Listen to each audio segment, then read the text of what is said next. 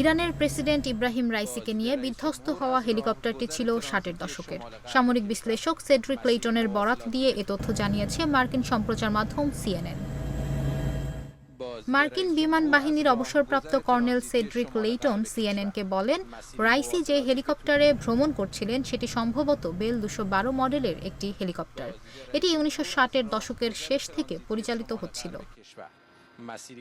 হেলিকপ্টারটির খুচরা যন্ত্রাংশে ত্রুটি থাকার কারণে দুর্ঘটনা ঘটতে পারে বলে সন্দেহ করছেন তিনি।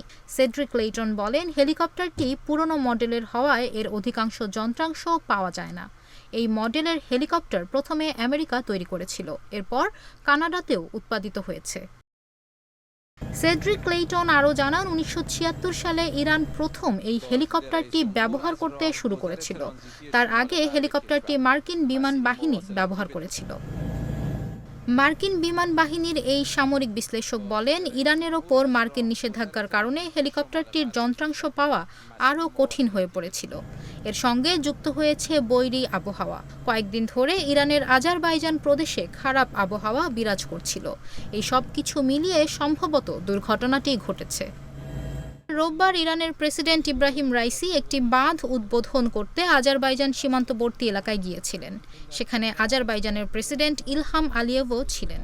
সেখান থেকে 3টি হেলিকপ্টারের বহর নিয়ে পূর্ব আজারবাইজান প্রদেশের রাজধানী তাবরিজে ফিরছিলেন ইব্রাহিম রাইসি ও তার সঙ্গে থাকা অন্য কর্মকর্তারা। পথে পূর্ব আজারবাইজানের জোলফা এলাকার কাছে প্রেসিডেন্টকে বহনকারী হেলিকপ্টারটি বিধ্বস্ত হয়। অন্য 2টি হেলিকপ্টার নিরাপদে গন্তব্যে পৌঁছেছে। ইরানের প্রেসিডেন্ট ইব্রাহিম রাইসি ও পররাষ্ট্রমন্ত্রী হোসেইন আমির আবদুল্লাহিয়ান নিহত হয়েছেন। ইরানের একজন কর্মকর্তা এই তথ্য নিশ্চিত করেছেন বলে জানিয়েছে বার্তা সংস্থা রয়টার্স। নিশা মাহমুদা, ইন্ডিপেন্ডেন্ট ডিজিটাল।